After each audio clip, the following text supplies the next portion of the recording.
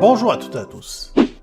Utilisez-vous votre connexion Internet avec sa meilleure vitesse? Pas sûr. La plupart des gens se connectent à Internet, puis ne font pas attention à ce détail. Sauf que, comme vous pouvez vous en douter, optimiser sa vitesse à Internet permettra de télécharger des données beaucoup plus vite, afficher des pages Internet rapidement aussi, et regarder aussi les contenus multimédia, genre les vidéos, sans interruption, et même en très grande résolution. Et si je vous dis que dans cette vidéo-là, vous n'avez pas acheté quoi que ce soit, ce qui veut dire que l'optimisation que je vous proposerai dans cette vidéo vous coûtera rien, et vous allez constater les résultats directement après.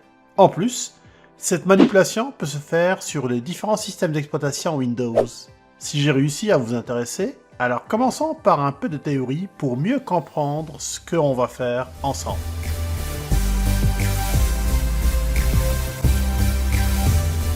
Le principe de la connexion à Internet est simple. Il y a des données qui transitent entre le serveur qui héberge le site Internet, puis votre ordinateur. Ces données sont envoyées sous forme de paquets. Sauf que la taille de ces paquets n'est pas toujours optimisée. Ce paquet est connu sous le nom MTU, ou la taille maximale d'un paquet pouvant être transmis en une seule fois sans aucune fragmentation. Pour mieux vous illustrer ça, imaginez un déménagement où vous avez à votre disposition un grand camion, sauf que vous ne l'utilisez pas à sa pleine capacité de charge. Pire, vous faites des allers-retours en transportant un objet à la fois. Vous comprenez que ce n'est pas l'idéal? Eh bien, c'est exactement ce qui se passe peut-être dans votre cas. Votre ordi est peut-être capable de prendre des plus grands paquets, mais la configuration actuelle de votre ordinateur peut-être continue à s'entêter à utiliser des tailles beaucoup plus petites, ce qui réduit la vitesse de votre connexion. Maintenant que le concept théorique est beaucoup plus clair, comment faire pour optimiser tout ça? Je vais commencer par vérifier la vitesse de connexion en utilisant le site web speedtest.net. Ceci va me permettre d'avoir tout simplement la vitesse de ma connexion de départ. Il est très simple à utiliser, comme vous pouvez le voir, il suffit de cliquer sur le bouton Go, puis tout se fait d'une manière qui est automatique. Ici, j'utilise mon Wi-Fi sur cet ordinateur, donc la procédure est similaire pour ceux qui utilisent un câble réseau Ethernet. Voilà, ma vitesse de téléchargement est assez bonne, un peu plus de 341 MB par seconde, et pour la vitesse de upload ou de chargement, celle-ci permet d'envoyer des données à partir de l'ordinateur, de mon ordinateur. Ici, j'en ai 167 MB par seconde. À souligner que la vitesse va être différente pour chacun, puis elle dépend de votre forfait.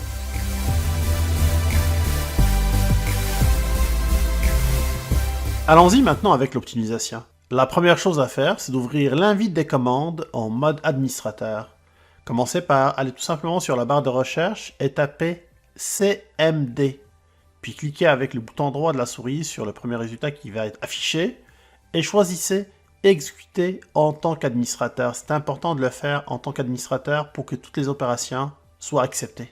Ne vous inquiétez surtout pas, toutes les manipulations qu'on va faire sont des manipulations qui vont être 100% sécuritaires et toutes les commandes vont être affichées en bas de l'écran et ils sont aussi disponibles dans la description de ces vidéos. Donc n'hésitez pas d'aller tout simplement là-bas puis copiez-les. Dans l'invite des commandes, je vais commencer par saisir une commande qui va me permettre de savoir la taille actuelle de mon paquet ou de mon MTU. Saisissez cette ligne de commande ou copiez-la directement de la description, puis validez avec le bouton Entrée. La commande netsh qu'on retrouve dans cette ligne, c'est un utilitaire de ligne de commande qui nous permettra d'afficher ou de modifier la configuration du réseau d'un ordinateur en cours d'exécution. Comme vous pouvez le constater dans mes résultats affichés, pour mon Wi-Fi, mon MTU est à 1000. Et c'est exactement la même chose pour celui de mon réseau Ethernet, qui est pour rappel mon réseau filaire.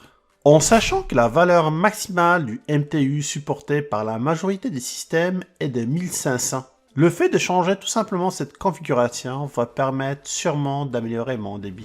Et ça va nous ramener vers la deuxième étape.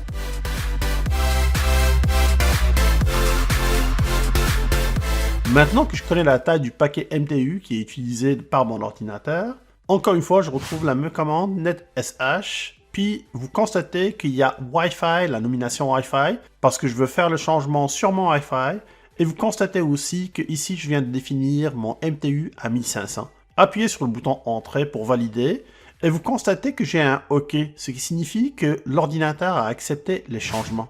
Si jamais, pour une quelconque raison, vous n'avez pas le OK comme moi, réduisez tout simplement la valeur du MTU et réessayez encore une autre fois.